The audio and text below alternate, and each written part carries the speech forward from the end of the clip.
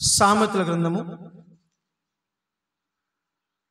18వ అధ్యాయము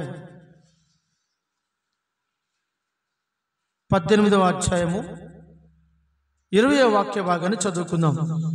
ఒకని నోటి ఫలము చేత వాని కడుపు నిండును, ఒకని నోటి ఫలము చేత వాని కడుపు నిండును, తన పెదవుల ఆదాయము చేత వాడు తృప్తి పొందును. జీవ మరణములు నాలుక వశము, దాని యందు ప్రీతిపడువారు దాని ఫలమును తిందురు. దేవునికి స్తోత్రం. దేవుని వాక్యములో వ్రాయబడిన ప్రకారము ఒకని నోటి ఫలము వాని కడుపును నింపుతుంది, పెదవుల ఆదాయము చేత వాడు తృప్తిని పొందుతాడు. జీవ మరణములు నాలుక వశము, దాని యందు ప్రీతిపడువారు దాని ఫలమును తిందురు. చాలా స్పష్టంగా, క్లియర్గా, వివరణాత్మకంగా దేవుని వాక్యం తెలియజేస్తున్నటువంటి ప్రాముఖ్యమైన విషయం ఏంటంటే, ప్రతి వారికి నోరుంది. ప్రతి వారికి ఏముంది? నోరుంది. కానీ నోరు మనిషికి ఏమిస్తుందంట? కడుపు నింపుతుందంట. మనిషికి నోరు ఏం చేస్తుంది? కడుపుని నింపుతుంది. ఇంకా దేవుని వాక్యం ఏమని సెలవిస్తుందంటే, ప్రతి వారి నోరు వారికి ఆదాయాన్ని తీసుకొస్తుందంట. ఆదాయం. అలాగే ఆ ఆదాయము బట్టి వారు తృప్తి పొందడం, తృప్తి పొందకపోవడం అనేది వారి యొక్క నోరు ఆధీనంలో ఉంది. ఇంకొక మాట ఏం చెప్తున్నానంటే, జీవమును మరణమును ఈ రెండిటిని తీసుకొచ్చి దేవుడు ఎక్కడ పెట్టాడంటే నాలుక వశములో పెట్టాడు. జీవము, మరణము, ఆశీర్వాదము, శాపం, దీవెనలు, నష్టము, ఇవన్నీ కూడా దేవుడు ఎక్కడ పెట్టాడు? నాలుకలో పెట్టాడు. ఈ నాలుక మన శరీరంలో ఉంచబడిన చాలా చాలా చిన్న అవయవం. ఈ చిన్న అవయవం అట బహుగా అదిరిపడుతుంది. ఈ నాలుకకు మరణానికి, నరకాగ్నికి కనెక్షన్ ఉంది. ఏముంది? నాలుకకు మరణానికి, నరకాగ్నికి కనెక్షన్ ఉంది. దేవుని వాక్యం ఉంటుంది, చూడండి పరిశుద్ధ గ్రంథంలోంచి యాకోబు పత్రిక 3వ అధ్యాయంలో చదివిన మాటను, నాలుక అగ్నియే, నాలుక మన అవయవములలో ఉంచబడిన అదిగో పాప ప్రపంచమైన సర్వ శరీరమునకు మాలిన్యము కలుగ చేయుచు. 6వ వచనం చదువుతున్నారు. నాలుక అగ్నియే, నాలుక మన అవయవములో ఉంచబడి పాప ప్రపంచమై సర్వ శరీరమునకు మాలిన్యమును కలుగ చేయొచ్చు. ప్రకృతి చక్రమునకు చిచ్చు పెట్టును, అది నరకము చేత చిచ్చు పెట్టబడును. నరకము చేత చిచ్చు పెట్టబడును. ఇప్పుడు నాలుకకి నరకానికి ఏముంది? కనెక్షన్ ఉంది. చిచ్చు పెట్టబడును. కొంతమందికి స్విచ్ అంటే చేతకాక చిచ్చే అంటుంటారు. ఇక్కడ చిచ్చేస్తే అక్కడ వెలుగుద్ది అనమాట. ఏంటిది? బల్బు. చిచ్చా స్విచ్చా? కొంతమంది చిచ్చు అంటారు. నిజమే, నాలుక కూడా చిచ్చు లాంటిది అనమాట. అర్థమవుతుందా? నాలుకకు జీవమును, నాలుకకు మరణమును దేవుడు పెట్టాడు. నీ నోటితో దైవికమైన మాటలు మాట్లాడితే నీ జీవితం దైవికంగా నడిపించబడుతుంది. నీ జీవితంలో సైతాను సంబంధమైన మాటలు మాట్లాడుతూ శపిస్తూ నాశనం చేస్తూ ఉన్నట్లయితే నీ జీవితం కూడా నాశనమే అవుతుంది. చాలామంది వాళ్ళ నోటిని అదుపులో పెట్టుకోలేరు. నోటికి ఏది వస్తే అది, ఎంత మాట పడితే అంత మాట, హద్దు మీరి మాట్లాడడం, పచ్చి పచ్చిగా మాట్లాడడం, ఇష్టం వచ్చినట్లుగా మాట్లాడడం, వీటి వలన నీ ఆత్మీయ జీవితమునకు నష్టం కలుగుతుంది. నీవు ఇష్టం వచ్చినట్టుగా మాట్లాడడానికి దేవుడు నీకు స్వతంత్రం ఇచ్చాడు. కానీ ఇచ్చిన స్వాతంత్రాన్ని వినియోగించుకొని నేను ఎలా మాట్లాడినా నాకేం కాదులే, దేవుడు నన్ను క్షమిస్తాడులే, దేవుడు నా ప్రార్థన వింటాడులే, దేవుడికి అన్నీ తెలుసులే, దేవుడు నా పాపమును క్షమిస్తాడులే అని నోరు పారేసుకోవడం, ప్రభు దగ్గరికి వచ్చి క్షమాపణ అడగటం. నోరు పారేసుకోవడం, ప్రభు దగ్గరికి వచ్చి క్షమాపణ అడగటం. ఈ విధమైన బాణి దేవునికి ఏమాత్రము కూడా నచ్చదు, దేవుడు మెచ్చడు. కాబట్టి నీ నోటిని నువ్వు అదుపులో పెట్టుకుంటే అది నీకెంతో ఆశీర్వాదం, అది నీకెంతో దీవెన. దేవుని వాక్యం ఉంటుంది, ఇది చిన్న అవయవమైనను బహుగా అదిరిపడుతుందట. బహుగా ఏమవుతుంది? అదిరిపడుతుందట. అంటే దానికి హద్దులు లేవు. హద్దులు ఉంటాయా అంటారు కదా.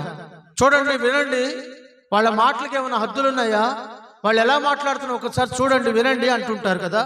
హద్దు లేకుండా మాట్లాడుతున్నారు, చిన్న పెద్దని లేకుండా మాట్లాడుతున్నారు, మంచి మర్యాద లేకుండా మాట్లాడుతున్నారు, గౌరవం లేకుండా మాట్లాడుతున్నారు, వారి నోటికి అదుపు లేదండి అని అంటూ ఉంటారు.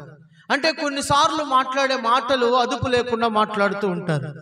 ఈ అదుపు తప్పిన మాటల వలన చాలా పెద్ద ప్రమాదం జరుగుతుంది. దేవుని వాక్యం ఉంటుంది, నాలుకల గురించి మాట్లాడుతూ, చిన్న నాలుక పాప ప్రపంచమై ఉన్నది, అది ప్రకృతి చక్రమునకు ఏం పెడుతుందంట? చిచ్చు పెడుతుందట. ప్రకృతి చక్రమునకు ఏం పెడుతుంది? చిచ్చు పెడుతుంది. ఆ పై వచనాలు కనుక మీరు చూసినట్లయితే, ఎంత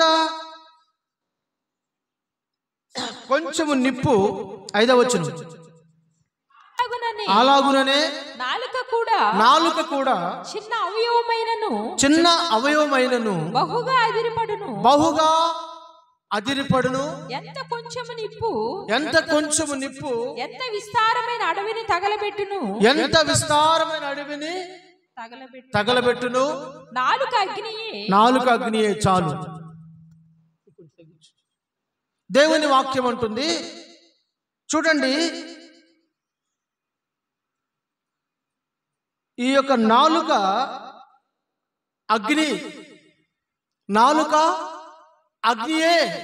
అగ్నియే అంటున్నాడు. నాలుక ఏంటంట?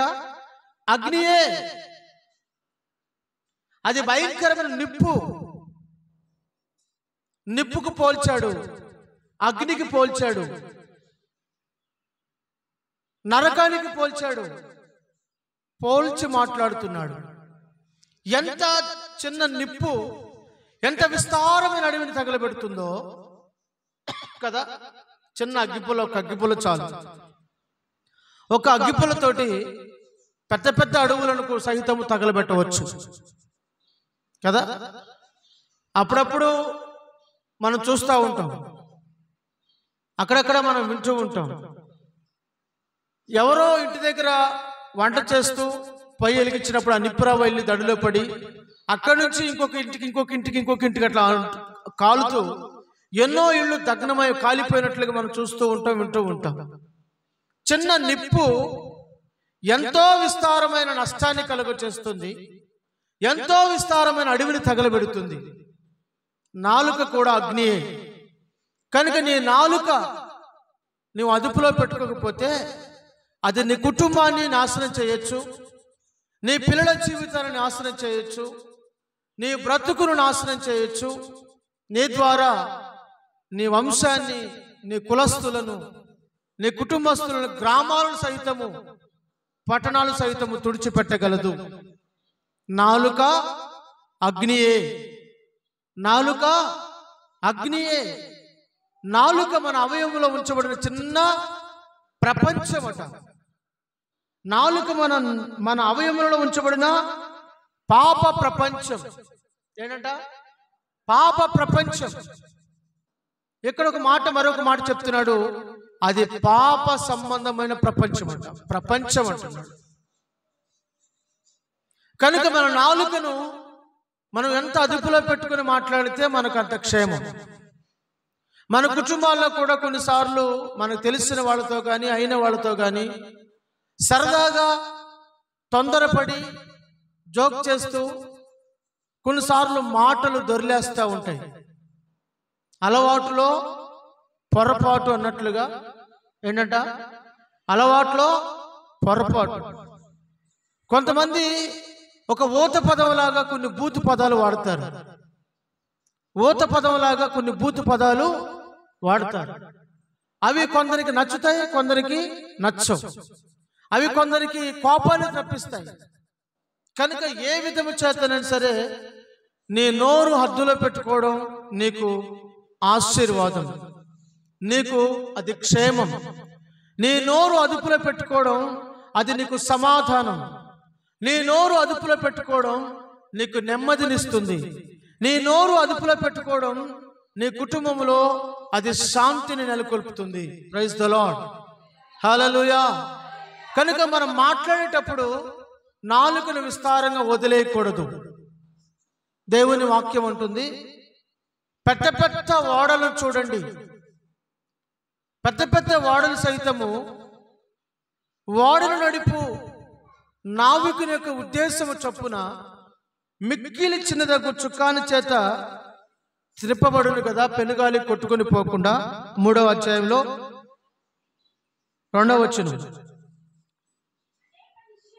అనేక విషయములలో మనమందరము తప్పిపోవచ్చున్నాము. మాట యందు తప్పని ఎడల అట్టివాడు లోపము లేని వాడై తన సర్వ శరీరమును స్వాధీనపరచుకొనగల శక్తి గల వాడుగును. గుర్రములు మనకు లోబడుటకై నోటికి కళ్ళెం పెట్టి వాటి శరీరమంతయు త్రిప్పుదము కదా. ఓడలను కూడా చూడుడి, అవి ఎంత గొప్పవై పెనుగాలికి కొట్టుకొని పోబడినను ఓడ నడుపు వాని ఉద్దేశము చొప్పున మిక్కిలి చిన్నదగు చుక్కాని చేత త్రిప్పబడును. చాలు. పెద్ద పెద్ద ఓడలు సైతము దేంతో తిప్పబడుతున్నాయంటండి? పెద్ద పెద్ద షిప్పులు, కానీ చిన్న చుక్కాని ఉంటుంది, ఎంత ఉంటుంది చుక్కాని. ఆ చుక్కాని చేత అది ఎటుకాలన్నట్టు తిప్పబడుతూ ఉంటుంది. అంత పెద్ద పెద్ద షిప్పులు చిన్న చుక్కాని చేత తిప్పబడుతున్నట్లుగా బలమైనటువంటి గుర్రాలు, చాలా స్పీడ్గా పరిగెత్తగల గుర్రాలు, అంటే అటువంటి బలమైన గుర్రాలు సైతము వాటి నోటికి కళ్ళెం పెట్టి వాటి శరీరం అంతా ఏం చేస్తున్నాడు? మనుషుడు తిప్పుతున్నాడు. ఎటు కావాలంటే అటు గుర్రాన్ని తిప్పుతున్నాడు, ఎటువైపుగా కావాలంటే అటువైపు పరిగెత్తిస్తున్నాడు. కానీ బలమైన గుర్రము, పెద్ద పెద్ద గొప్పవైన ఓడలు, ఈ రెండింటిని చూపించి నాలుకకు పోలుస్తున్నాడు. మన నాలుక బలమైనది, మన నాలుక చాలా శక్తివంతమైనది. అందుకే అంటున్నాడు, జీవ మరణములు నాలుక వశములో ఉన్నాయి. జీవ మరణములు నాలుక వశములో ఉన్నాయి. ఒక రోజున ఒక తల్లి తన కుమారుణ్ణి రోజు తిడుతూ ఉందట. తన కుమారుడు బాగా అల్లరి చేస్తున్నాడని ఆ కుమారుడు గోల తట్టుకోలేక విపరీతంగా తిడుతూ ఉన్నాడు. రోజు తిడుతుందంట. ఏమని తిడుతుందంటే, ఎంతోమంది చస్తున్నారు, నువ్వు సాగు ఏంట్రా, ఎంతో మందికి మా మరణం వస్తుంది, నీకు రాదేంట్రా అని చెప్పి తిడతా ఉందంట. అనొచ్చా మాటలు? అంటా ఉందంట. ఒకరోజు ఆ పిల్లాడు యథావిధిగానే, ఆ రోజు వాడు చస్తాడని వాడికి తెలియదు, వాళ్ళ అమ్మకి తెలియదు, వాళ్ళ కుటుంబానికి తెలియదు. కానీ వాడు సైకిల్ వేసుకొని రోడ్డు మీదకి వెళ్ళాడంట. వీడు సైకిల్ తొక్కే రందులోనే ఉన్నాడు. వెనక నుంచి లారీ స్పీడ్గా వస్తూ ఉంది. బ్యాలెన్స్ చేయలేకపోయాడు, లారీ కింద పడిపోయాడు. లారీ తల మీద ఎక్కి వెళ్ళిపోయింది. అక్కడికక్కడికి స్పాట్ డెడ్, తల పగిలిపోయింది. అప్పుడొచ్చి ఆ తల్లి అంటా ఉంది, అయ్యో నా కొడుక, అయ్యో అయ్యో అయ్యో. ఇప్పుడు ఆ కొడుకుకి మరణాన్ని తెచ్చింది ఏది చెప్పండి?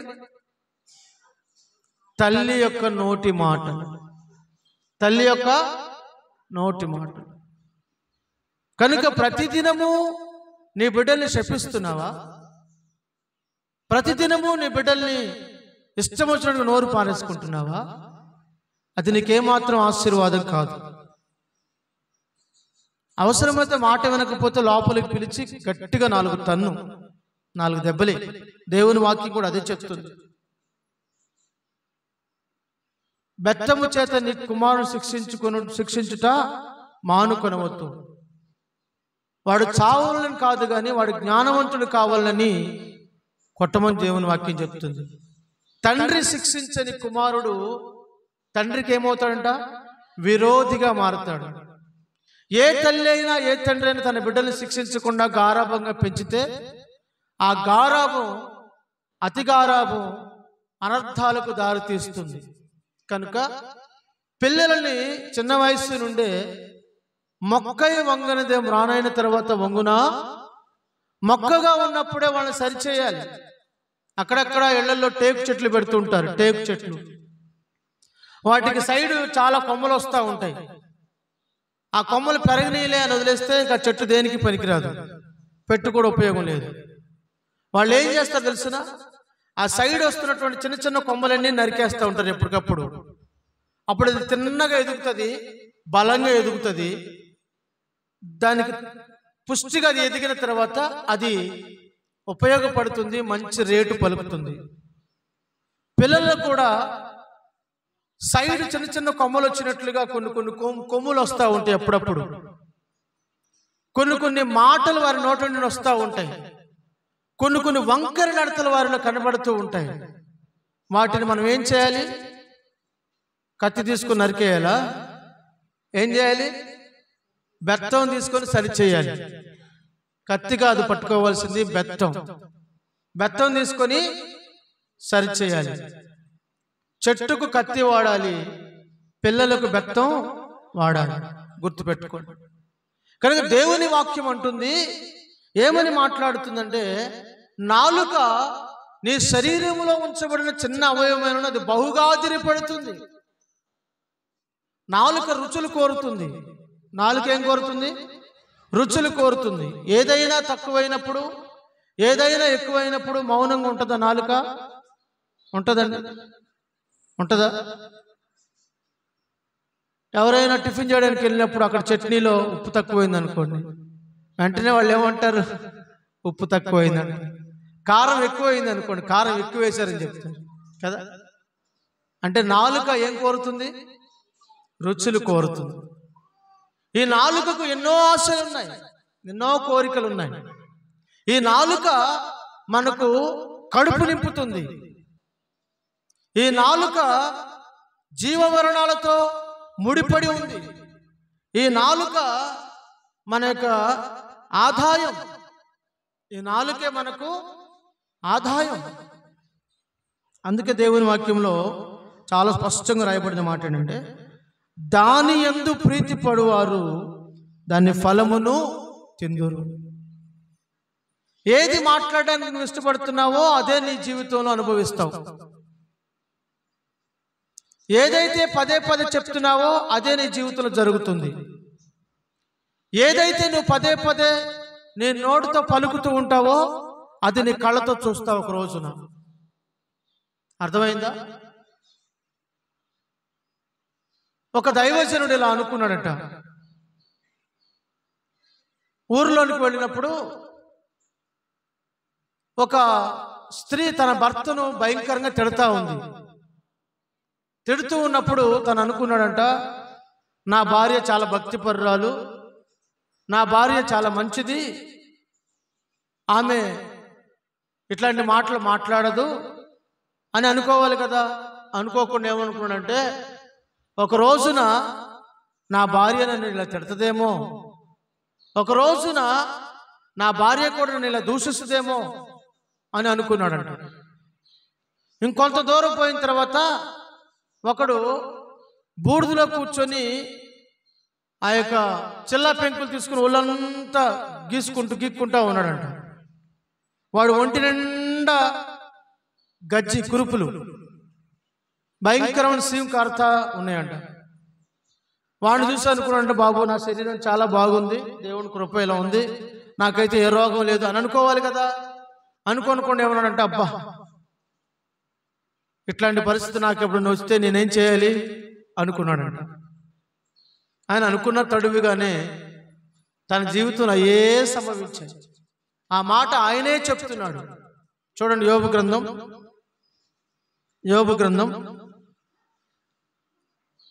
3వ అధ్యాయము 25వ వచనం. 3:25 యోబు గ్రంథం. ఏది వచ్చునని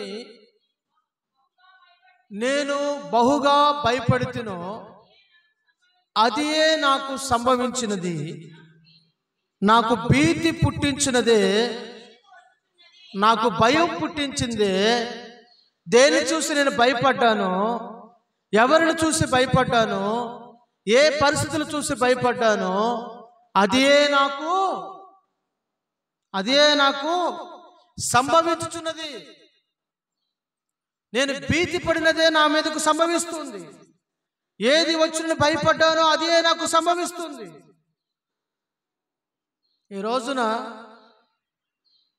నువ్వు ఎవరెవరినో చూసి, ఏవేవో చూసి, ఏవేవో విని, ఎక్కడెక్కడో మాటలన్నీ విని నువ్వేమనుకుంటున్నావు తెలుసునా? నాకు అలా జరుగుతుందేమో, నా బిడ్డల జీవితం అలా జరుగుతుందేమో, నా భర్త జీవితం అలా జరుగుతుందేమో, నా పిల్లల జీవితం అలా జరుగుతుందేమో, నా కుటుంబంలో అలా జరుగుతుందేమో, నా బ్రతుకు కూడా వాళ్ళ బ్రతుకులాగా అయిపోద్దేమో అని నువ్వు పదే పదే పదే పదే పదే పదే దేని చూసి, దేని తలంచుకొని, దేని గురించి ఆలోచిస్తున్నావో అది నీకు సంభవిస్తుంది. జాగ్రత్త. అందుకనే దేవుని వాక్యం ఉంటుంది, మనము ఏది వినుచున్నామో జాగ్రత్తగా చూసుకోవాలట. ఏది వింటున్నామో జాగ్రత్తగా చూసుకోవాలి. ఏది మాట్లాడుతున్నామో అది మనకు సంభవిస్తుందని జాగ్రత్త పడాలి. కాబట్టి జీవ మరణములు నాలుక వశములో ఉన్నాయి. ఇప్పుడు నీ నోటితో నీ ఇంటిని నువ్వు నరకంగా మార్చుకోవచ్చు, నీ నోటితోనే నీ ఇంటిని స్వర్గంగా కూడా మార్చుకోవచ్చు. నీ నోటితోనే నీ వ్యాపారాన్ని అభివృద్ధి పరచుకోవచ్చు, నీ నోటితోనే నీ వ్యాపారాన్ని నాశనం చేసుకోవచ్చు. నీ నోటితోనే నీ బిడ్డల జీవితాన్ని బాగు చేసుకోవచ్చు, నీ నోటితోనే నీ బిడ్డల జీవితాన్ని నాశనం చేసుకోవచ్చు. అర్థమవుతుందా? చాలా మంది నోరు అదుపు లేనందువలన బిడ్డలు దూరం అయిపోతారు, భర్త దూరం అయిపోతాడు, భార్య దూరం అయిపోతుంది, బంధువులు దూరం అయిపోతారు. ఇవన్నీ దూరం అయిపోవడానికి గల కారణం ఏంటంటే వారి నోరు మంచిది కాదు. తెలుగులో ఒక సామెత ఉంది, నోరు మంచిదైతే ఊరు మంచిదవుతుంది. నీ నోరు మంచిది కానప్పుడు నువ్వు చెప్పే మాట అని తెలిసిన అసలు ఈ ఊరే మంచిది కాదండి అంటాం. ఆ ఊరు ఖాళీ చేసి వెళ్ళిపోతూ ఆ ఊరి మీద ఎన్నో నిందలు వేసి వెళతాం. కనుక ఊరెప్పుడు కూడా చెడ్డది కాదు, నీ నోరే చెడ్డది. కొంతమంది ఇళ్ళు ఖాళీ చేసి వెళుతుంటారు అద్దెకుండి. ఆ ఇంట్లోకి వచ్చేటప్పుడు ఆ ఇంట్లో వాళ్ళు ఎలా కనబడతారంటే దేవతల్లా కనబడతారు, దేవుళ్ళ కనబడతారు. ఆ ఇల్లు ఖాళీ చేసి పోయేటప్పుడు ఆ ఇంటి యజమాని ఎలా కనబడతారు? వారికి పెద్ద దెయ్యాల్లా కనబడుతుంటారు. అర్థమైందండి? పెద్ద పెద్ద పెద్ద దెయ్యాల్లా కనబడుతుంటారు. అమ్మో ఆ దెయ్యం ఇల్లు ఖాళీ చేసావమ్మా. అంతకుముందు ఇప్పుడు చెప్పండి, వాళ్ళ దెయ్యం నీ నోరా దెయ్యంగా చేసింది. సహించిన వారమైతే ఏలుబడి చేస్తాము. సహించిన వారమైతే మనం ఏం చేస్తాము? ఏలుబడి చేస్తాం. సహనం అవసరం, ఓర్పు అవసరం. చూడండి, ప్రసంగి గ్రంథంలో ఒక చక్కని మాట జ్ఞాని అయినటువంటి సొలొమోను తెలియజేస్తున్నాడు. ప్రసంగి గ్రంథం 10వ అధ్యాయంలో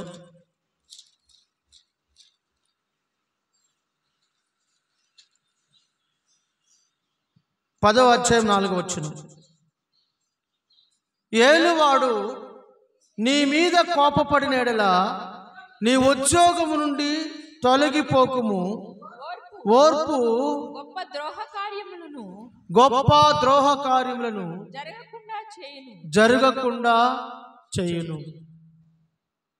ఓర్పు గొప్ప ద్రోహం, నష్టం, ప్రాణ నష్టం, ఆస్తి నష్టం జరగకుండా కాపాడుతుంది.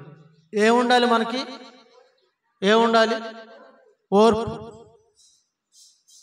ఓర్పు అనేది చాలా మనకు నేర్పుతుంది పాఠాలు. ఏలువాడు అంటే నీ ఉద్యోగంలో నీ పై అధికారి కావచ్చు, లేదా నీ ఇంట్లో నీ యజమానుడు కావచ్చు. నీ యజమానుడు నీకు ఏలేవాడు, నిన్ను ఏలేవాడు, నీ అధికారి, నీ ప్రభు, నీ భర్త. ఇప్పుడు నీ పై అధికారి కావచ్చు, వ్యాపారంలో కానీ ఎక్కడైనా కానివ్వండి. ఏలువాడు నీ మీద కోపపడిన ఎడల నీవు నీ ఉద్యోగం నుండి తొలగిపోకుము. నీ భర్త నీ మీద కోపడినప్పుడు ఆయన నిన్ను ఏలేవాడే కదా, అంతేనా? అంతేనా కాదా? డౌటా? మరి డౌట్గా చూస్తున్నారు ఎందుకు?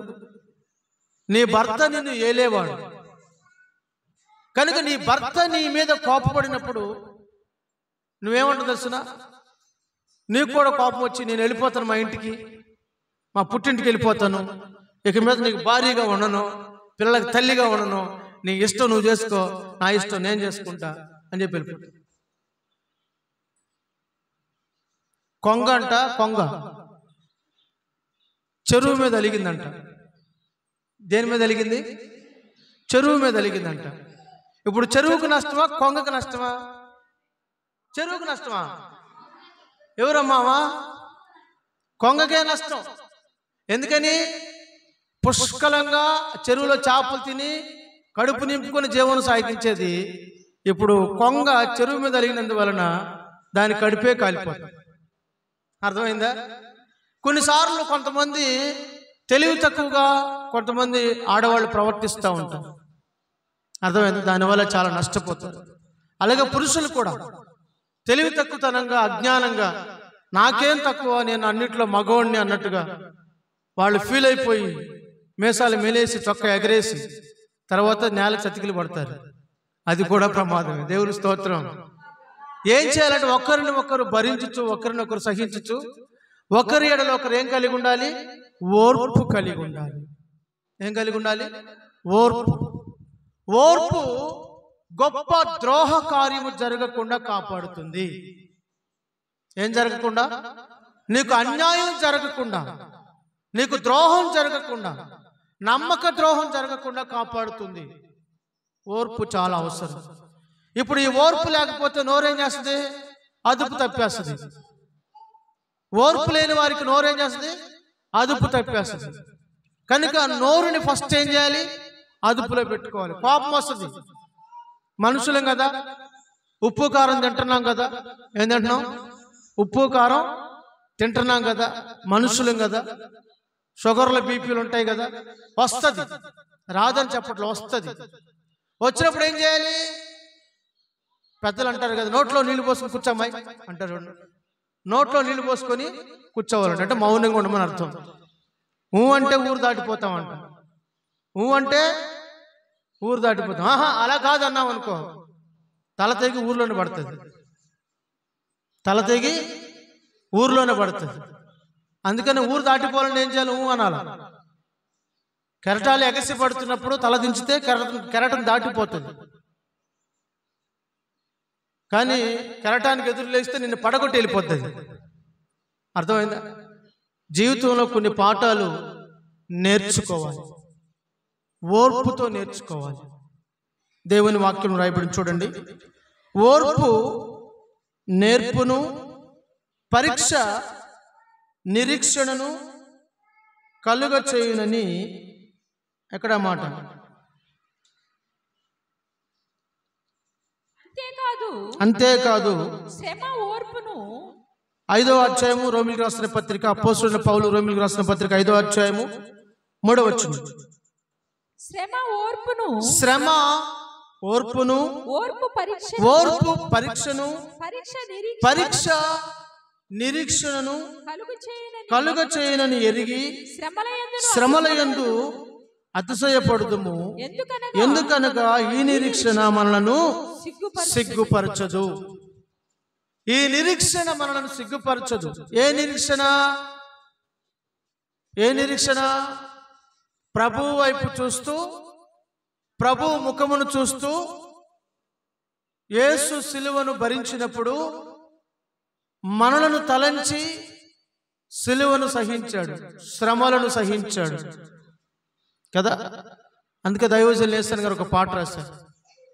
సిలువను యేసు సహించెను, తన ఎదుట ఉంచబడిన జ్యేష్ఠుల సంగముకై అవమానము నొందే, నాకై మరణము గెలిచే, అవమానము నొందే, నాకై మరణము గెలిచే. సిలువను, ఆయన సిలువను సహించాడు. కనుక మనం కూడా మన జీవితంలో శ్రమలను సహించాలి, సిలువను సహించాలి. ఏంటా సిలువ? ఏంటా సిలువ? నీకెదురవుతున్న అవమానాలే నీకు సిలువ, నీకెదురవుతున్న నిందలే నీ సిలువ, నీకెదురవుతున్న కష్టాలే నీకు సిలువ, నీకెదురవుతున్న ఇబ్బందులే నీ సిలువ. ఎవడైనను నన్ను వెంబడించగోరిన యెడల ఏం చేయాలంట? వాడు తన సిలువను పక్కకు పెట్టి నా సిలువను మోయాలి అని చెప్పాడు యేసు ప్రభు. ఏమని చెప్పాడు? మీలో ఎవడైనా నన్ను వెంబడించగోరిన యెడల తన సిలువను ఎత్తుకొని నన్ను వెంబడించమని చెప్పాడు. తన సిలువను ఎత్తుకోమన్నాడా, వదిలేసి నన్ను వెంబడించమన్నాడు? రే సరిగా కూర్చో, దేవుని వాక్యం విను. ఏం చేయాలంటే ప్రతివాడు తన సిలువను ఎత్తుకొని యేసుని వెంబడించాలి. మనందరికీ మాట్లాడడం వచ్చు, మనందరికీ పోట్లాడడం వచ్చు, మనందరికీ కొట్లాడడం వచ్చు, మనందరికీ చేతులు ఏదుంటే అది ఇచ్చుకొని కొట్టడం కూడా వచ్చు. ఇవన్నీ వచ్చు కదని చేయడం మనకు ఆశీర్వాదమా? వచ్చినా ప్రభు చెప్పిన మాటను బట్టి ఓర్చుకుంటే మనకు ఆశీర్వాదమా? ఓర్చుకుంటే ఆశీర్వాదం. ఓర్చుకుంటే కోడిగుడ్డు సట్టెడవుతుందంట. ఓర్చుకుంటే కోడిగుడ్డు సట్టెడవుతుందంట. ఈ మాట నేను ఫస్ట్ టైం విన్నప్పుడు నేను కూడా ఆలోచించాను, కోడిగుడ్డు సట్టెడు ఎట్ట అవుతుందా అని. కోడిగుడ్డు దాకా అవుతుందంట. కోడిగుడ్డు ఎంటుంటుంది, దాన్ని పగలగొట్టి పొరుడు చేసుకుంటే ఎంత అవుతుంది. మరి సట్టెడు ఎలా అవుతుంది? దాన్ని జాగ్రత్తగా పిల్ల చేయించి ఆ పిల్ల కాస్త పెద్దదయిన తర్వాత, బాగా పెరిగిన తర్వాత, ఓ 2 కేజీలు అయిన తర్వాత దాన్ని కోస్తే ఏమవుతుంది? అప్పుడు అవుతుంది సట్టెడు. అప్పుడు దాకా ఏం చేయాలి? Long process. ఈ లాంగ్ టైం నువ్వేం చేయాలి? ఓర్చుకోవాలి. ఓర్చుకుంటే నీకు ఆశీర్వాదం. చూడండి, యోసేపు కొట్టబడ్డాడు, అమ్మి వేయబడ్డాడు, గుంటలో త్రోసివేయబడ్డాడు కదా, దూషించబడ్డాడు, అవమానించబడ్డాడు, హేళన చేయబడ్డాడు, చెరసాలలో వేయబడ్డాడు, సంకెళ్ళ చేత బంధించబడ్డాడు. తన జీవితంలో 30 సంవత్సరాలు నిరీక్షణ, 30 సంవత్సరాల శ్రమలు, 30 సంవత్సరాల ఓర్పు, ఈ 30 సంవత్సరాల ఎదురు చూపులు, ఈ నిరీక్షణ అతనిని సిగ్గుపరచలేదు. అతనేం చేయలేదు? సిగ్గుపరచలేదు. ఒక రోజున దేవుడు ఆయన ఉన్నత స్థలములపై నిలిపాడు. ఇంకా ఎవ్వడును అక్కడి నుంచి దించలేని ఉన్నత స్థాయిలో దేవుడు నిలిపాడు ఆయన. Praise the Lord. కారణం ఏంటంటే ఈ నిరీక్షణ మనలను సిగ్గుపరచదు. శ్రమ ఓర్పును, ఓర్పు పరీక్షను, పరీక్ష నిరీక్షణను కలుగ చేయనని ఎరిగి దాని యందు మనము అతిశయపడుదుము. ఏం చేయాలంట? కనుక దేవుని సన్నిధి మానేసి దేవుని వాక్యాన్ని వినకుండా, ప్రార్థనకు రాకుండా, నాకు దేవుడు అని నేర్పేస్తాడులే అని అనుకుంటే దేవుడు అది నేర్పేది నీకు సైతాన్ కూడా నేర్పేస్తాడు. నీ చెవులో దూరి నేర్పేస్తాడు నీకు శుభ్రంగా. నీ చెవులో దూరి జోరీగలాగా నీకు అన్నీ నేర్పేస్తాడు. ఏం నేర్పేస్తాడంటే దేవుని మందిరానికి వెళ్ళకపోతే ఏమైంది, వాక్యం అనకపోతే ఏమైంది, ప్రార్థన చేయకపోతే ఏమైంది, వాక్యం చదవకపోతే ఏమైంది, అందరు బతకట్లేదా, నువ్వు బతకట్లేదా అంటాడు. అప్పుడు నువ్వు అవునవును అవునవును అవునవును చివరికి అవునవునని చివరాఖరికి నువ్వు కూడా మంచమే పడుకుని అనాలి. అర్థమైందా మీకు? కాబట్టి జీవితంలో నోరును అదుపులో పెట్టుకోవడం మనకెంతో ఆశీర్వాదం. ఈ నోటిలోనే జీవము మరణము, జీవము మరణము, జీవము మరణము, ఆశీర్వాదము శాపం, ఇవన్నీ దేవుడు ఎక్కడ పెట్టాడు? ఈ నోటిలో, నాలుకలో పెట్టాడు.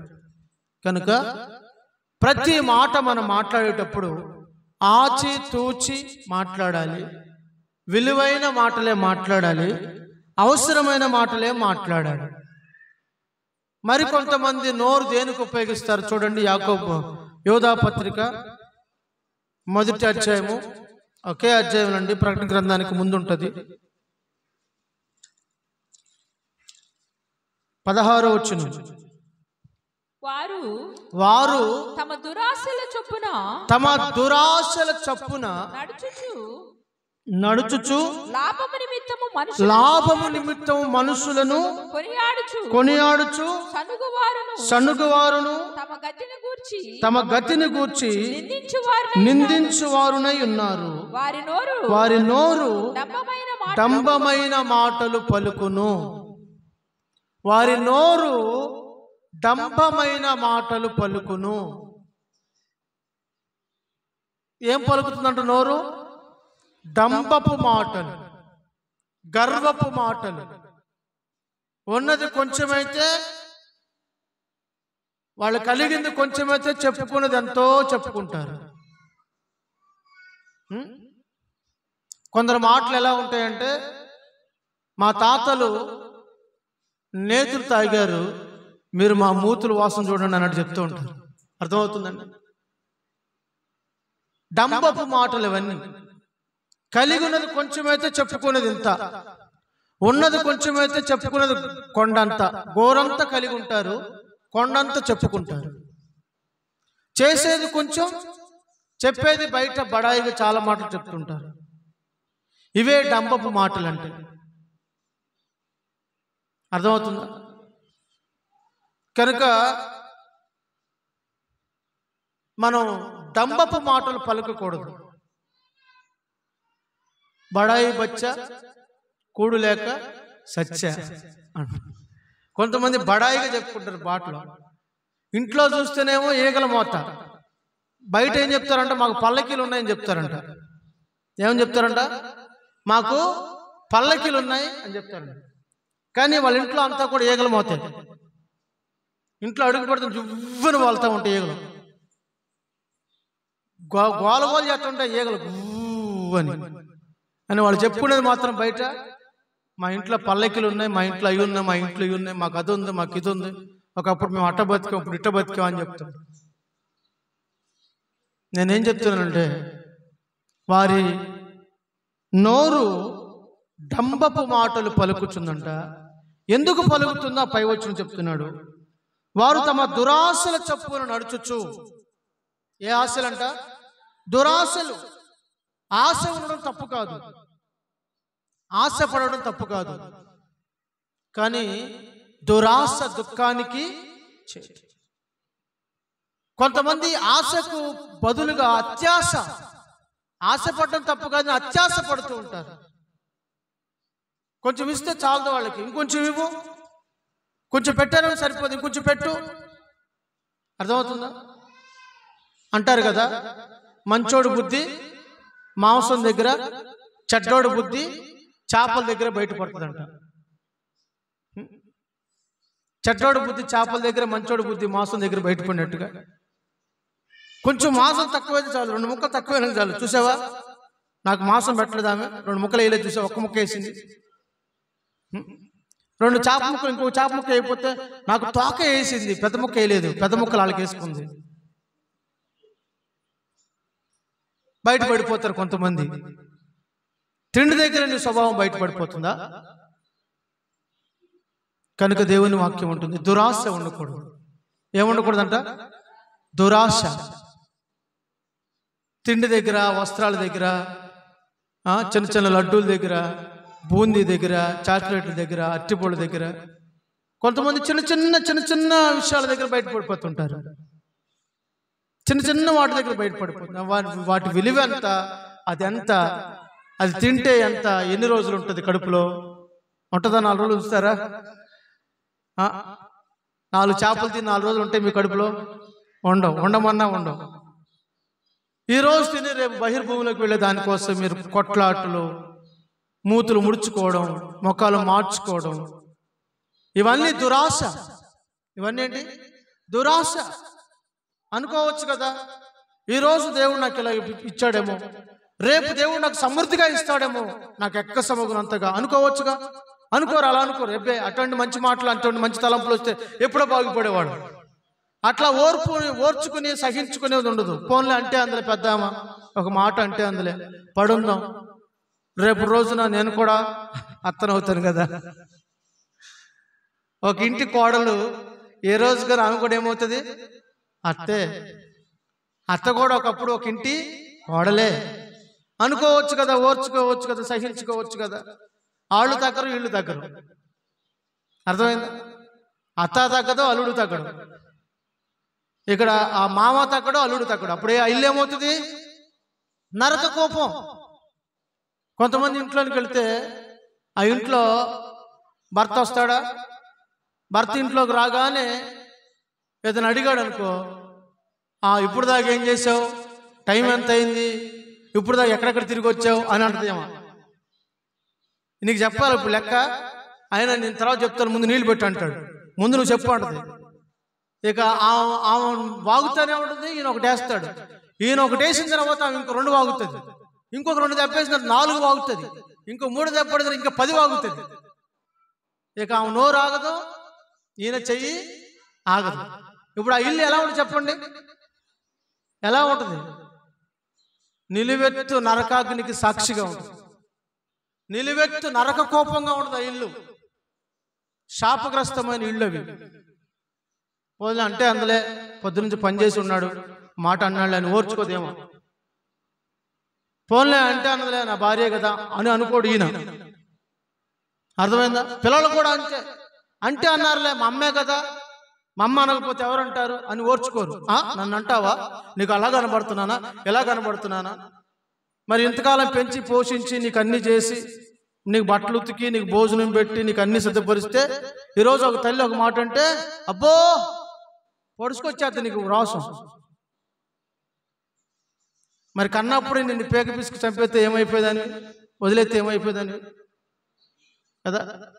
కానీ అటువంటి కషాయితనం దేవుడు పెట్టలేదు కనుక తల్లి హృదయంలో నిన్ను పెంచి పెద్ద చేస్తే ఈ రోజున పిల్లొచ్చి ఏం చేసిందంటే గుడ్డొచ్చా పిల్లొచ్చా గుడ్డొచ్చి పిల్లలు ఎక్కిరించిందంట. ఈ రోజున పిల్లలు తల్లిదండ్రులు చెప్తారు, నువ్వు అడ చేస్తున్నావేంటి, నువ్వు ఎడు చేస్తున్నావేంటి, నువ్వు ఎందుకు అడ చేసావు, నువ్వు ఎందుకు అడ చేసావని. పోనీ మంచి విషయాలు చెప్తే పర్వాలా, పిల్లలు మంచి విషయాలు నేర్చుకొని తల్లిదండ్రులకు అమ్మా నువ్వు ఇలా చేస్తున్నావు అది అది కూడా మంచి స్వభావంతో చెప్తే పర్లా. రోషం తెచ్చుకుని ఆవేశం తెచ్చుకుని చెప్పేవాడు, ఎదుర్కించేవాడు ఉన్నారు. అది మనకు క్షేమము కాదు. కనుక ఒకరిని ఒకరు గౌరవించుకొనుచు, ఒకరిని ఒకరు సహించుచు, ఒకరిని ఒకరు భరించుచు మన కుటుంబం నవ్వుల పాలవ్వకుండా, మన కుటుంబం బజారు పాలవ్వకుండా, మన కుటుంబం నలుగురిలో తల ఎత్తుకునేలాగా ప్రతి ఒక్కరూ బాధ్యత కలిగి ఉండాలి. ప్రతి ఒక్కరూ, ఇటు పిల్లలు బాధ్యత కలిగి ఉండాలి, ఇటు తల్లిదండ్రులు బాధ్యత కలిగి ఉండాలి. అప్పుడు ఆ కుటుంబం నలుగురిలో మంచి పేరు పొందుతుంది, అందరి అభిమానాలు పొందుతాయి, ఆ ఊరిలో నీకు ఘనత వస్తుంది. దేవునికి స్తోత్రం, హల్లెలూయా. కనుక నువ్వెంత అని అనుకున్నట్లయితే ఆ ఇల్లు ఏమవుతుందో తెలిసిన, ఇస్తరి చింపిన కుక్కలు చింపిన ఇస్త్రాకులాగా అయిపోతుంది. కుక్కలు కొట్లాడుకొని ఇస్త్రాకు చింపేసి ఎవరికి ఆహారం దక్కదు. చూడండి, ఏ కుక్కకి ఆహారం దక్కదు. ఆ ఆహారం అంతా ఏమైంది, మట్టి పాలైపోయింది, నేల పాలైపోయింది. కొంతమంది జీవితాల్లో తెలివి తక్కువ పనులు చేస్తుంటారు. ఇవన్నీ మార్చుకోవాలి. వీటన్నిటికీ ప్రధానమైన కారణం నోరే. ప్రధానమైన కారణం నోరే. నోరే నీకు అన్నిటికీ నష్టం తెచ్చిపెడుతుంది, అన్నిటికీ క్షేమాన్ని కూడా తెచ్చిపెడుతుంది. కొంతమంది దేవుని వాక్యంలో చెప్పినట్లుగా దురాశల చొప్పున నడుచుచు లాభము నిమిత్తము, ఎంత చక్కగా రాశాడండి. ఎంతైనా దేవుని వాక్యం దేవుని వాక్యమే, వాక్యానికి వాక్యమే సాటి, వాక్య సారాంశము సత్యం. చూడండి అక్కడ ఏం రాయబడిందో, తమ దురాశల చొప్పున నడుచుచు లాభము నిమిత్తం మనుషులు కొనియాడుతూ ఉంటారట. లాభం. ఈ రోజుల్లో మనుషులు ఎలా మారిపోయారంటే నాకేంటి లాభం, నాకేంటి లాభం. పిల్లలు కూడా కొట్టుకెళ్ళి రమ్మన్నాం అనుకో, తెత్తా కానీ నాకు ₹1 ఇస్తావా, 10 రూపాయలు ఇస్తావా, 10 రూపాయలు ₹1 మిగిలితే కొనుక్కోనా చాక్లెట్. అర్థమైందా? లాభం. చిన్న పిల్లలు మొదలుకొని పెద్దవాళ్ళ వరకు ఏంటి అంటే లాభం ఏంటి అంటున్నారు. ఏంటి అంటే లాభం ఏంటి, నాకు లాభం ఏంటి అని అడుగుతున్నారు. అర్థమవుతుందా? ప్రతి మనుషుడు లాభం లాభం లాభం. లాభము అపేక్షించకుండా ఎవడు ఏ పని చేయడం లేదు, మాట సహాయం కూడా చేయడం లేదు, చేత సహాయం అంతకంటే లేదు. అయితే ఈ రోజుల్లో మనుషులు ఏం చేస్తున్నారంటే, ఇక్కడ రాయబడిన మాట ఏంటంటే, ఈ దురాశ పరులట మనసులో లాభాన్ని పెట్టుకొని, మనసులో లాభాన్ని అపేక్షిస్తూ ఎదుటి వారి దగ్గరికి వచ్చి ఏమంటున్నారట, వారిని పొగుడుతున్నారట. కొంతమందికి బాగా అలవాటు, కొంతమంది బాగా బతక నేర్చిన వాళ్ళు అంటారు. వీళ్ళని ఏమంటారు? బతక నేర్చిన అమ్మకి బతుకు తెరువు కోసం భలే తెలివితేటలు ఉంటాయంట. అర్థమైందండి? ఈ బతక నేర్చిన వాళ్ళు ఏం చేస్తారు తెలుసునా, ప్రతి ఒక్కళ్ళ దగ్గరికి వెళ్ళి బాగా గ్యాస్ కొడుతుంటారు, గాలి పంపుతో గాలి కొడతాం, బుస్ బుస్ బుస్ అని కొడతా ఉంటాడు, అని ఊపుతూ ఉంటారు. అర్థమైందండి? ఇట్లాగా కొంతమంది ఏం చేస్తారంటే లాభం మనసులో పెట్టుకొని, అమ్మా నువ్వు చాలా మంచిదానమ్మా, అసలు నీలాంటి తల్లి భూమి మీద నేను ఎక్కడ చూడలేదమ్మా, నిజంగా నేను నాకు చాలా మంది తెలుసు కానీ నీలాంటి పెద్ద చేయగలిగిన వారు ఎవరు లేరమ్మా. ఏం చెయ్యంట? పెద్ద చెయ్యంట.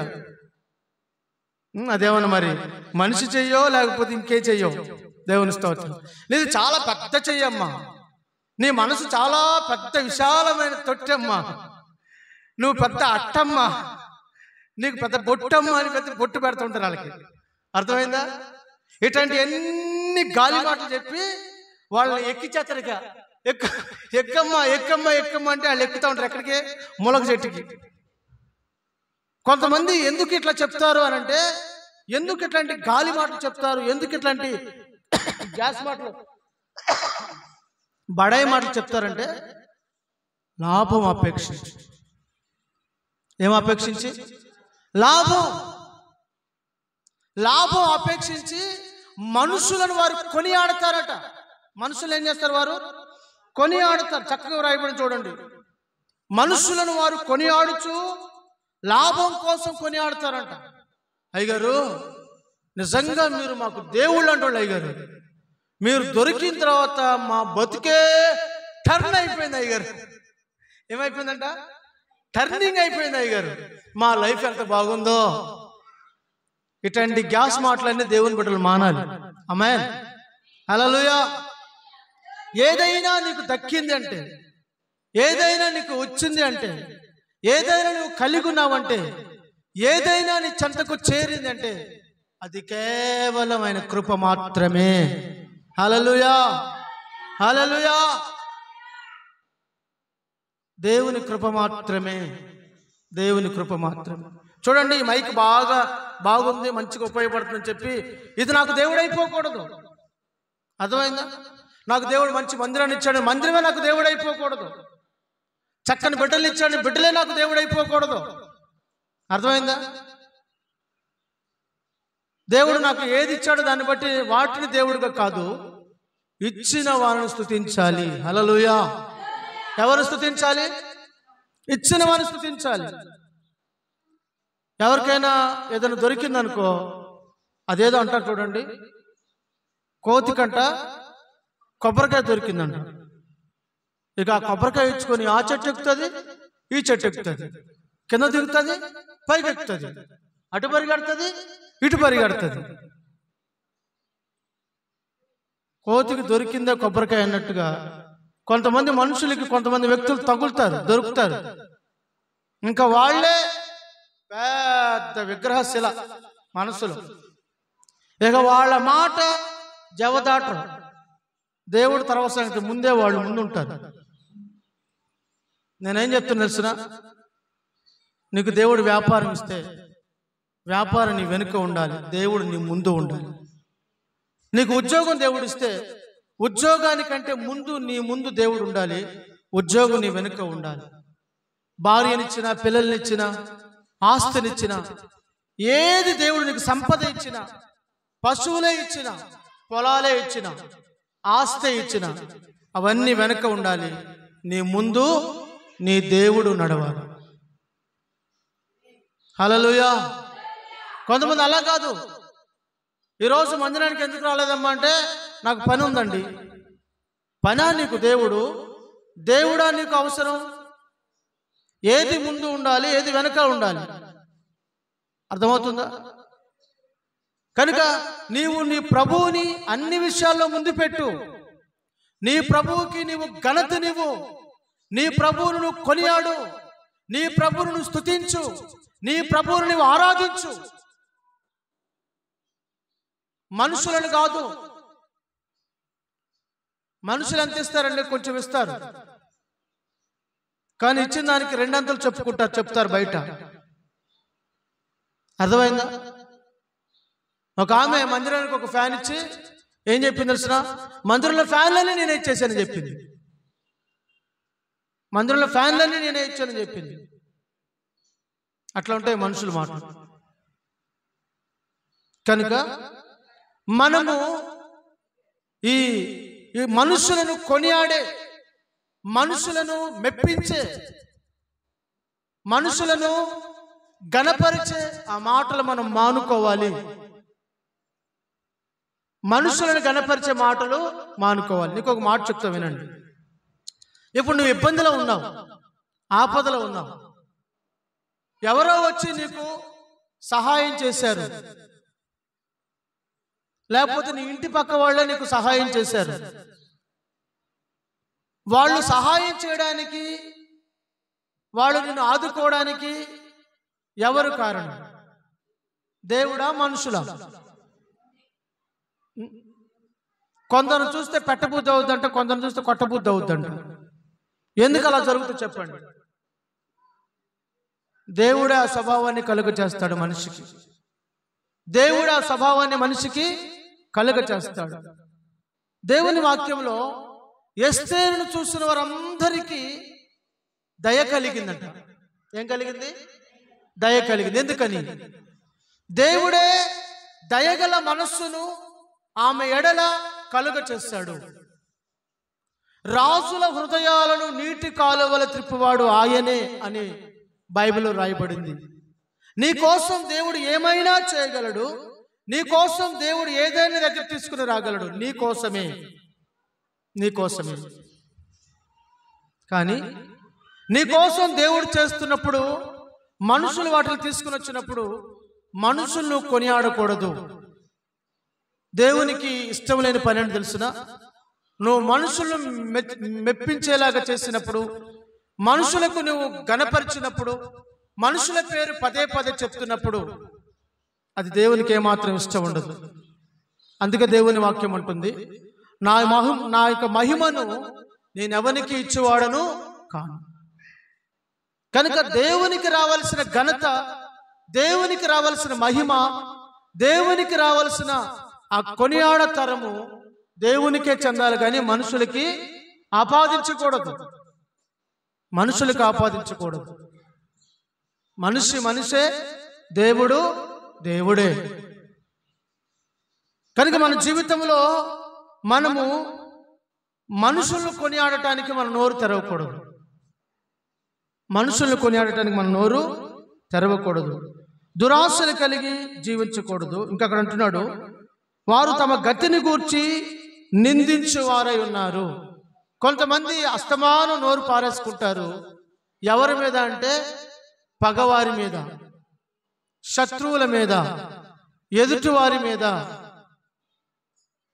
బలహీనుల మీద, ఏమీ చేయలేని వారి మీద, ఎదిరించి పోరాడలేని వారి మీద అంటారు కదా. పిచ్చుక మీద బ్రహ్మాస్త్రమని చాలామంది బలహీనుల మీద తమ ఆధిపత్యం వహిస్తూ ఉంటారు. బలహీనులను చూసి నవ్వుకుంటూ ఉంటారు. డబ్బున్న వాడికి పేదవాడిని చూస్తే చులకనన్నట్లు, చదువుకున్న వాడికి చదువులేని వాడిని చూస్తే వెకిలితనం అన్నట్లుగా చాలామంది జీవితాల్లో ఎదుటివారిని గురించి మాట్లాడడం, ఎదుటివారిని గురించి నిందించడం, ఎదుటివారి గురించి అసహ్యంగా మాట్లాడుకోవడం దేవుని బిడ్డలకు అవి తగవు. కనుక నీవు సణుగులు మాని ప్రతిరోజు ఇది లేదు అది లేదు, ఇంట్లో అది లేదు ఇది లేదని సణగడం మానేయండి. ఉన్నదేదో సర్దుకుపోండి. ఉన్నదాంతో తృప్తి కలిగి ఉండండి. తగిన సమయం ముందు దేవుడు మీ సర్దుబాటుని చూస్తాడు. మీ సర్దుబాటుని చూస్తాడు. మీరు సర్దుకుపోతున్న విధానాన్ని దేవుడు చూస్తాడు.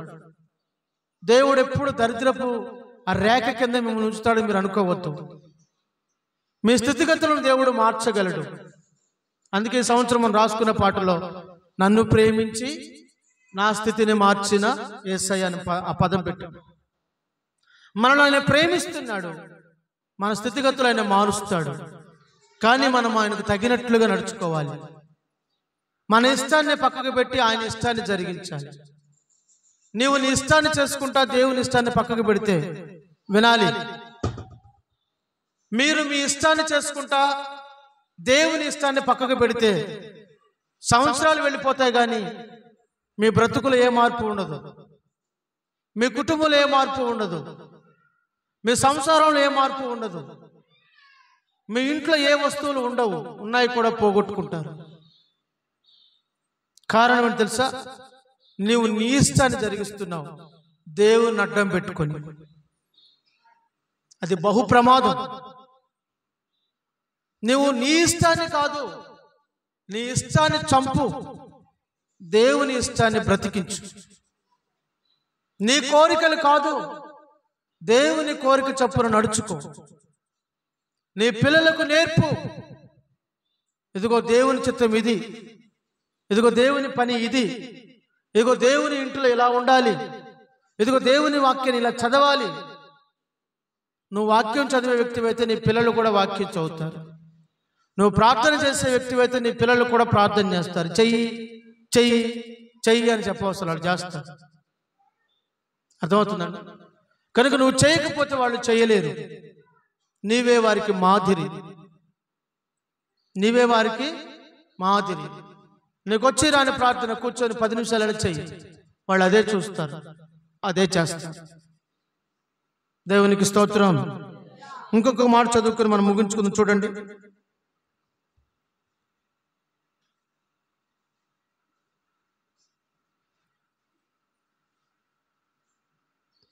కొలసీలు రాసిన పత్రిక 4:6. అపోస్తలుడైన పౌలు కొలసీలకు రాసిన పత్రిక 4:6. ప్రతి మనుషునికి ఎలాగూ ప్రత్యుత్తరం ఇయ్యవలెనో అది మీరు తెలుసుకొనుటకై మీ సంభాషణ ఉప్పు వేసినట్లుగా ఎల్లప్పుడూ రుచికలదిగా కృపాసహితమైనదిగా ఉండనీయుడి. దేవునికి స్తోత్రం. హల్లెలూయా. ఈ కొలసీలు రాసిన పత్రికలో అపోస్తలుడైన పౌలు అంటున్నాడు, మన సంభాషణట ఎల్లప్పుడూ ఎలా ఉండాలంట? ఎట్లా ఉండాలంట? రుచికలదిగా ఉండాలట. ఎలా ఉండాలి? రుచికలదిగా ఉండాలి. రుచి ఎలా వస్తుందని చెప్తున్నాడు? ఉప్పు. మీరు కూర వండేటప్పుడు ఎంత బిర్యానీ వండినా ఏం చేసినా అన్నీ వేసి చూడు, నన్నేసి చూడు అంటదంట ఉప్పు కదా. కూరకి రుచి ఎప్పుడు వస్తుంది? ఉప్పు వేసినప్పుడు వస్తుంది. కనుక ఉప్పు ఎలా రుచిని తీసుకొస్తుందో నీ మాట వినేవారికి, నీ తోటి వారికి, నీ ఇంటి వారికి, నీ పొరుగు వానికి, నీ పక్కింటి వారికి, నీ భర్తకు, నీ పిల్లలకు, నీ అత్తామామలకు నీ నోరు ఎలా ఉండాలి? రుచికలదిగా మారునుగాక. ఆమేన్. వినువారికి చాలా స్పష్టంగా తెలియజేస్తున్నాడు, వినువారికి మేలు కలుగునట్లు ఏమంటున్నాడు? ప్రతి మనుషునికి ఎలాగూ ప్రత్యుత్తరం ఇవ్వవలెనో అది మీరు తెలుసుకున్నటకై మీ సంభాషణ ఉప్పు వేసినట్టు కృపా సహితముగా ఉండవలెను. ఉప్పు వేసినట్టుగా ఉండాలి. కృపా సహితమైన సంభాషణ. అంత చక్కగా చెప్పాడండి. కృపా సహితమైన సంభాషణ అంటే దేవుని కృప పొందిన పిల్లలు ఎలా మాట్లాడతారో అలా మాట్లాడాలి. కృప కలిగిన వారు ఉన్నారు దేవుని మందిరంలో, కృప లేని వారు ఉన్నారు. పరిశుద్ధ గ్రంథంలో భక్తులు చాలా మంది ఉన్నారు, కృప పొందిన భక్తులు ఉన్నారు, కృపను పోగొట్టుకున్న వారు ఉన్నారు.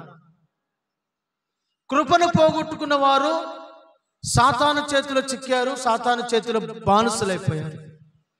కృప కలిగిన వారు దేవుని చేతిలో నిత్యము జీవిస్తూ సాక్షిగా ఉన్నారు. కనుక నీవు కృపా సహితమైన వ్యక్తిగా మార్చబడాలి. కృప పొందిన వ్యక్తిగా నీ జీవితాన్ని కొనసాగించాలి. నీ మాటలు కృపా సహితముగా ఉండాలి. ఎలా ఉండాలి? కృపా సహితముగా ఉండాలి.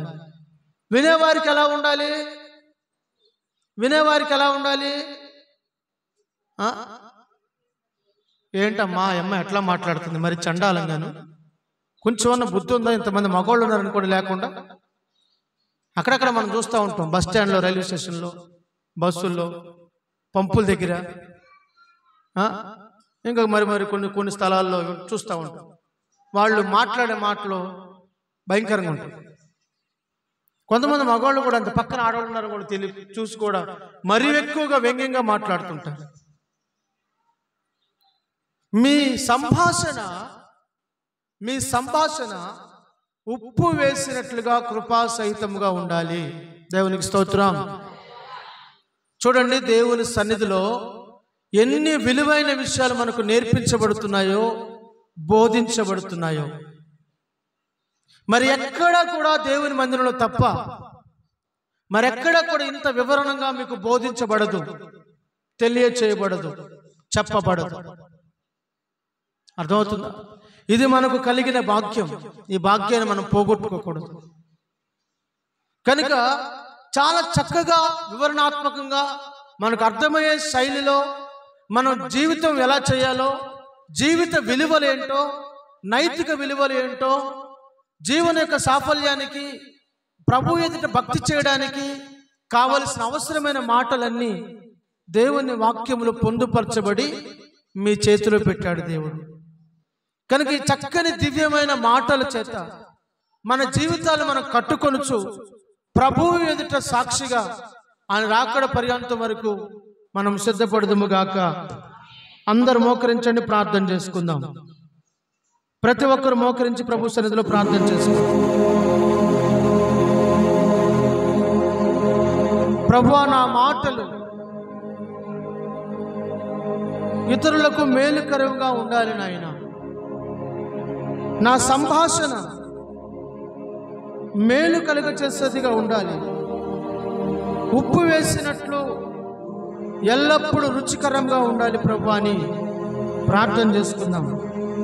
అందరూ ప్రభు సన్నిధిలో ప్రార్థన చేసుకుందాం. మనుషులు నిన్ను కొనియాడక నిన్ను గణపరచాలి. ఎవరు ఏ వస్తువు నాకు ఇచ్చినా, ఏ ఆస్తి నాకు ఇచ్చినా, నన్ను ప్రేమించి వాళ్ళు నాకు ఏది ఇచ్చినా, నేను వాళ్ళని కొనియాడక నిన్ను కొనియాడాలి, నిన్నే గణపరచాలి, నిన్నే స్తుతించాలి. ఎందుకంటే వాళ్ళు నాకు ఇచ్చేటట్లుగా నువ్వు ప్రేరేపించావు, వాళ్ళ మనస్సును నువ్వు త్రిప్పావు, నా మీద కరుణా హృదయాన్ని నువ్వు పుట్టించావు. అవన్నీ నీ వలన జరుగుతుంది నాయన. ఏదైనా నేను కలిగి ఉన్నానంటే అది నీ కృప.